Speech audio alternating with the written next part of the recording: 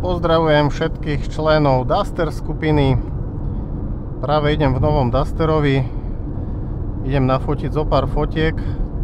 Tak skúsim vám dať taký stručný prehľad, čo sa mi na novom Dusterovi páči a čo by som možno oželel. Som prešiel nejaký okolo 250 km na ňom. Už som sedel späť aj v svojom starom Dusterovi, aby som si utvrdil niektoré veci. Takže začnem možno s takými negatívami, čo trošku vnímam.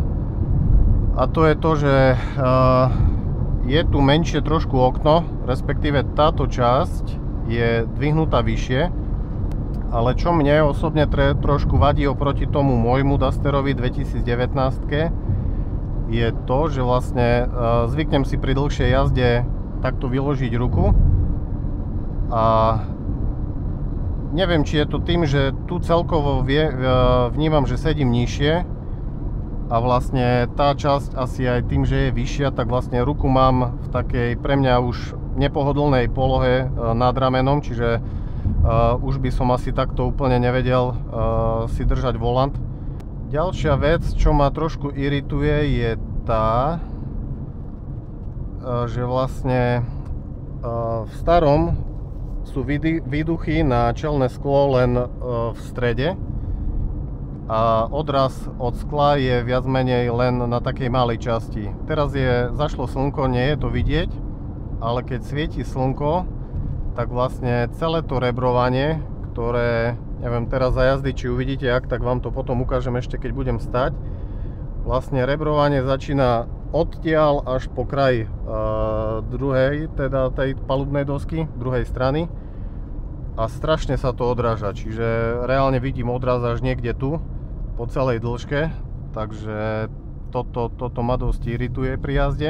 Ak svieti slnko, ak nie, tak nie je problém. Ďalšia vec, ktorá mi príde, tu vyzerá podstatne hrubší stĺpik, neviem, repraky sú už zabudované tu. Starý Duster ich mal ešte vlastne na tej palubnej doske.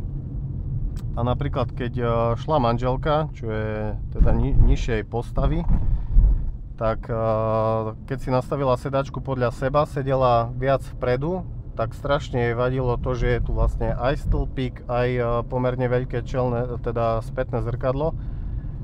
A napríklad čakali sme na kruhači, tak musela vykúkovať, lebo nevidela práve do tej časti. A aj tak ako sedím ja, tak vnímam, že tá časť mi príde, že je celkovo nejaká taká hrubšia. Aj tým, že tá časť je asi zasa dvihnutá, tak mám o niečo menej prehľad v tejto časti. U mňa to nie je až nejaké drastické. To by som nejak asi oželel, ale u nej napríklad to bol dosť veľký problém. Ja teraz odbočujem trošku na miesto mimo cesty. Taký menší offroadík. Ešte tu bola vec a to tá, že v starom Dusterovi bolo o niečo tenšie to madlo. Čiže tu keď zatváram dvere, tak tá časť, neviem či je nejak viac vpredu alebo tým, že je hrubšia. Ja mám pomerne veľké dlane, ale cítiť, že je to hrubé a treba mi viac síly, hlavne keď je v tej polohe seknutej a chcem zavrieť dvere, tak oveľa viac síly musím vydať, aby som ich zavrel. V tom mojom 2019 skúsim si, ale mám pocit, že tam keď dám vlastne takto ruku, tak to madlo je zrejme trošku vyššie, aj tenšie, takže sa mi je to ťažisko viac v strede a tým pádom sa tie dvere ľahšie zatvárajú. Ako nie je to zasa nič strašné, čo by, neviem, nejaký menší človek alebo žena nezvládla, ale je to cítiť. Je to cítiť tam. Viac miesta je zasa tu v tej časti. Aj tento výklenok, starý Duster, mám taký dojem, že je vlastne tá časť taká oblejšia. Čo ma celkom irituje, je táto tu anténa.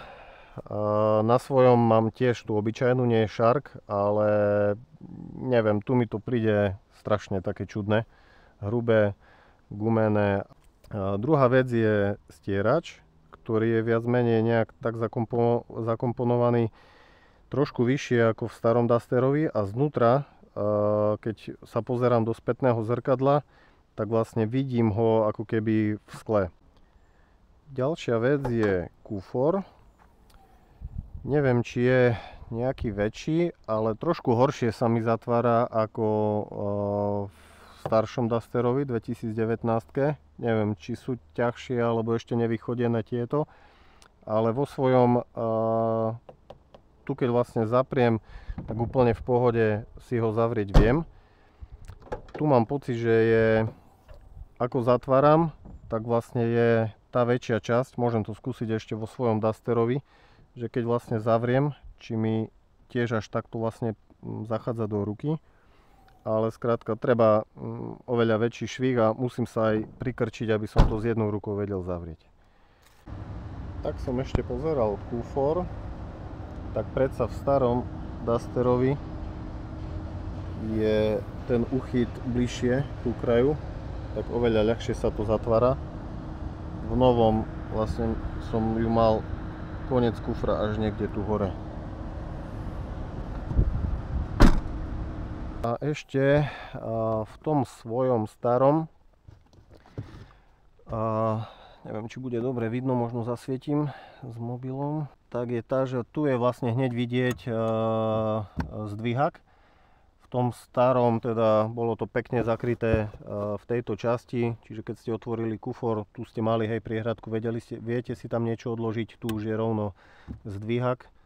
A tu ani neviem, či dá sa niečo odkladať, asi len prístup, neviem, k poistkám. Čo fajn sú tie fičúrky tu na odkladanie, na zapaľovanie.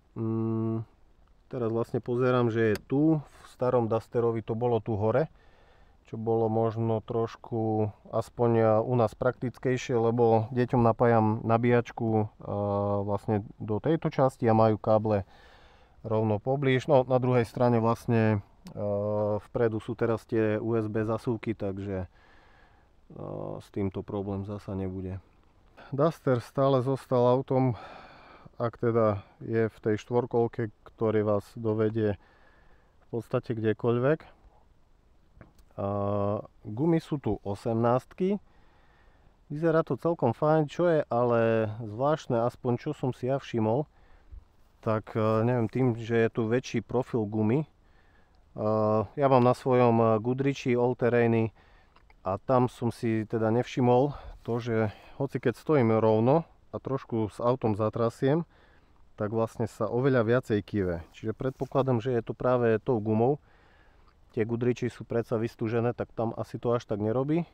A všimol som si vlastne, aj keď som bol v teréne a stal som na takých kameňoch, tak keď som zastavil, tak auto sa akoby ešte kývalo vlastne, čo na svojom Dusterovi 2019, tam som si to nejak nevšimol, že by sa až takto kývalo. Takže tento Duster, čo je fajn, má sklopiteľné spätné zrkadlá. Rýchlo nastúpim, aby ste videli tú úvodnú grafiku, ktorá je veľmi pekná.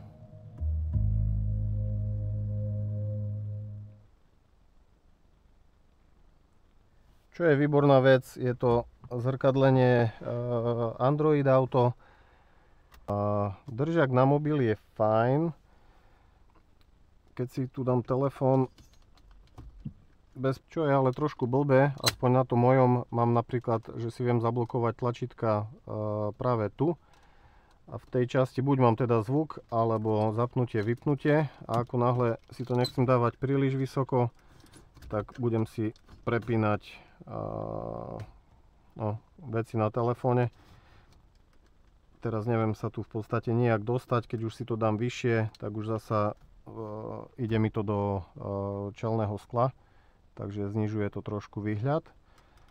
Ale pozerám, tu som ani nevedel, že dá sa to vlastne otočiť a tým pádom by to bolo aj vybavené.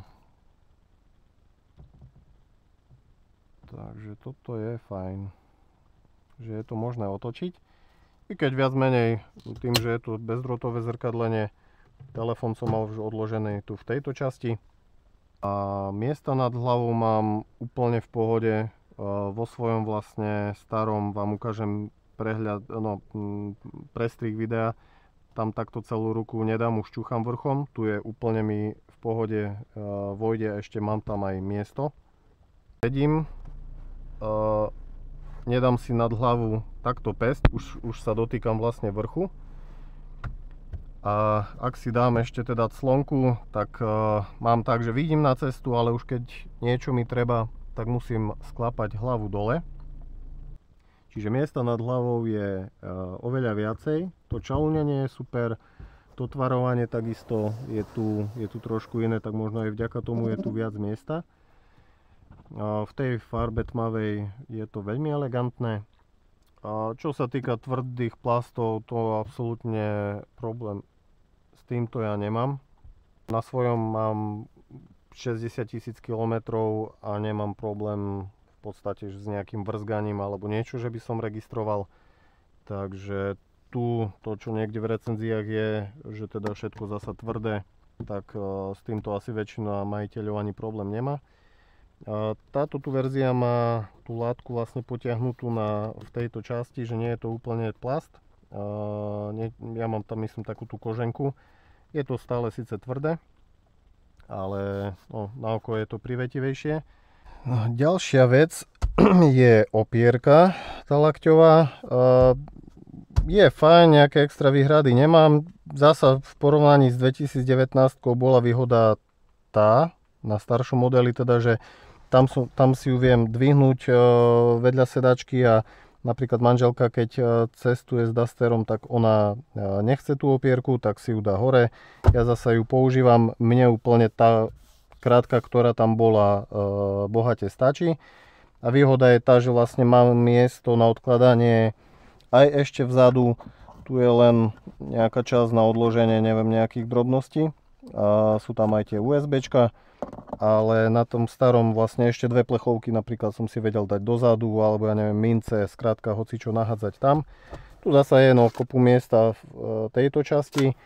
Zasa je fajn, že obidvaja, keď je aj spolujazdec, si vie dať ruku, ale zasa to sa dalo domontovať aj do toho staršieho. Čo som celkom fajn, milo prekvapený, boli výduchy. Myslel som si, že manželka, čo má Clio, tak tam vlastne si viete len trošku hore, trošku dole nastaviť, doprava, doľava, ale tu je pomerne slušný ten náklon. Čiže aj keď sme cestovali, vedeli sme si ich dobre nastaviť, aby na nás nefúkalo, ale bolo príjemne. Čo vlastne na tom Cliu, ktoré máme, druhé auto, tak tam je dosť blbé to nastaviť. Je tam len trošku vpravo, trošku vľavo, trošku hore, trošku dole a vždy to buď fúka na ruky, alebo teda na tvar, čiže v tomto som sa bál, že to bude nič moc, ale úplná pohoda. Teda tu mi chýba dosť tá priehradka, ktorá bola na odkladanie. Tých vecí vždy tam nejaké drobnosti, kľúče na rýchlo, alebo ja neviem, servitky, čokoľvek človek tam vedel hodiť. Nie na nejaké dlhé cestovanie, lebo to tam z toho lietalo, hoci som už videl, že sú také tie na nalepenie ohradky. A už tým pádom tam aj niečo udrží, ale ja som si tam vedel narýchlo, keď niekedy telefón položiť alebo čokoľvek iné. Čiže taký detail, ktorý trošku zasa tu stratil na tej praktickosti. Prišli sme tiež predať si priestor v tejto časti, ktorý tu bol pomerne malý, ale ja tam viem mať veci na vozík, kľúče od boxu alebo takto.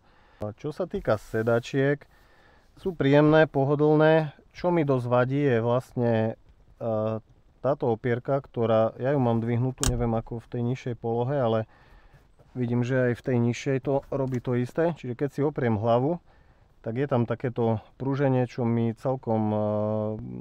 celkom otravovalo.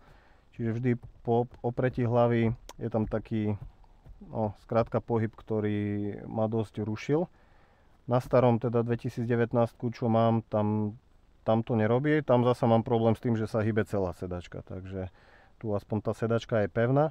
Zasa čo je v tej vyššej výbave, toto má byť asi to prémiovejšie sedadlo. Je tu, pozeral som, to má byť nejaký mikro, neviem čo materiál, ale strašne sa v tom potí chrbát. Cestovali sme, bolo úplne príjemné, v aute žiadna horúčava. ale vystúpil som a proste spotený chrbát, lebo vôbec mi to nepríde ako niečo vzdušné. Možno to niečo vydrží, dobre sa to zrejme bude čistiť, ale ja aj vo svojom používam, tam je to síce fajn, lebo je to látka, čiže tá je trošku vzdušnejšia, ale používam tak či tak vlastne takú tú podsedák z vlny, čiže v lete to relatívne chladí a v zime hreje. Čiže sedačky akože prémiové, ale nič moc, čo sa týka priezdušnosti. A čo je ešte zaujímavé, keď vystupujem, tak vlastne tým, že je to dosť taký drsný materiál, tak vlastne tričko, grafika, tričko vlastne, keď mi ostáva na chrbate a vystupujem, tak ako my chlapi máme chlpy vzadu na chrbte, tak v tej spodnej časti to normálne šklbe. Vystupoval som už niekoľkokrát a v drvivej väčšine teda je to dosť taký skubavý pocit. Takže dajte vedieť, či máte aj vy takú skúsenosť, alebo čo ste jazdili, alebo máte tieto sedačky. Lebo tie by som určite nebral. Hoci vyššia výbava, ale chcel by som asi klasické textilné latkové, lebo v tomto tu sa dosť potí telo. V tej 2019 Dusterovi je oveľa kvalitnejší obraz. Hlavne čo sa týka zadnej kamery. Na tom mojom 2019 dám na porovnanie potom ešte fotky, ale tu je to také, nie sú tie detaily úplne jasné, dosť taká biedna tá grafika je. Predná je podobná ako aj na tom mojom, tiež tam je kvalita trošku nižšia oproti tej zadnej, ale na bokoch takisto tá moja 2019 má lepší obraz. Tu je síce aj to natáčanie aspoň ukázané, ale čo sa týka kvality, tak neviem, tu keď si pozriete tie detaily, možno to až na kamere tak nebude vidno, ale tu je to také rozrastrované. Práva, ľava. Na tom mojom je to oveľa lepšie, čo sa týka tých bočných kamier, ale hlavne zadná kamera. A už úplne čo sa týka nejakého slabého svetla, čiže aj v noci na svojej 2019, keď som cúval, tak vidno to viac menej v pohode. A tu na tom novom Dusterovi tá zadná, hoci svetlo zadné je silnejšie, je tam už ledka. Ja mám na svojom vymenené tiež, ale oveľa horšie sa parkuje, keď idem podľa kamery v tom novom Dusterovi, ako na tej svojej 2019. Čiže na tom novom je super teda výhľad. Spredu, z boku trošku vadí teda ten stĺpik, ale mne osobne až tak veľmi nie. Manželke viacej. Čo vadí teda je ten odraz od týchto výduchov. Chýbajú mi také praktické veci ako otvor teda na táto priehradka, ktorá tu bola mne osobne, ale to už je možno sila zvyku, priestor v tej spodnej časti na tie plechovky. Tá lakťová opierka stratila trošku na praktickosti, to, že už ju tam človek musí mať, nedá sa dvihnúť, čiže kto nechce, nemusí. No, infotainment, všetko toto je super, takže len aby som to zhrnul, nevravím, že nový Duster je nejak že zlý, ale len som chcel poukázať ako užívateľ, ktorý mal 2019, teda ten starší model, aké som mal pocity, také tie prvotné, keď som sadol do toho nového Dustera. Čiže veľa vecí je tu super, čo by som určite bral. Infotainment, predný displej, ja osobne by som si kľudne nechal ten starý, ktorý som mal. Volant je tu veľmi dobrý, je trošku hrubší, čo mne vyhovuje. Keď som zasa sedel v tom svojom starom späť, tak už mi tu prišiel taký čudný. Čiže volant tu je super. Viac miesta na nohy. Prevezol som sa v ňom, ale nejak ma to neláka, aby som teraz riešil, že idem predať svoj starý a kupovať nový.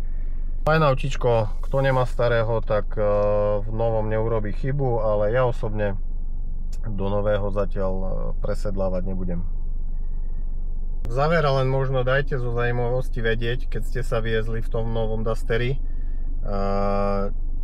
či niečo z toho vám vadilo takisto, alebo ste s tými vecami nemali nejaký problém. Hlavne ma zaujíma teda tá sedačka s tým konkrétnym materiálom, ktorý je asi v tej najvyššej výbave, keď som to dobre pochopil. A tiež možno tá opierka, keď si opriete hlavu, alebo keď pôjdete teda na skúšobnú jazdu, skúste, lebo mne to teda dosť tak vadí, že je tam taká vôľa, že opriem si hlavu a ešte to trošku skacka. A ešte je zaujímavosť, čo som si všimol, bol som fotiť auto v teréne a cestou, keď som sa vracal a vlastne išiel som po lúke a kývalo to so mnou, tak niečo tu vrzgalo, niečo na sedačke som myslel, že to je, ale zistil som, že skúsim si dať pas a vlastne ako sme išli, skúste počúvať.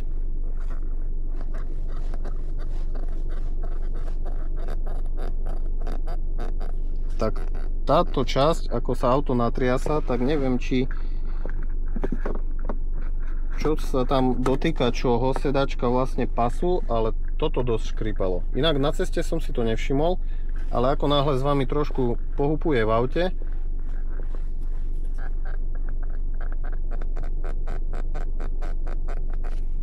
tak je to tam počuť a vrzga. Dajte vedieť, ako vy s novým Dusterom, či ste sa mali možnosť previesť, či vám vadili niektoré tie veci, ktoré som menoval ja, či vám vadilo možno niečo iné. No a uvidíme, počkáme na Bigstera, možno zaujme ten. Čaute.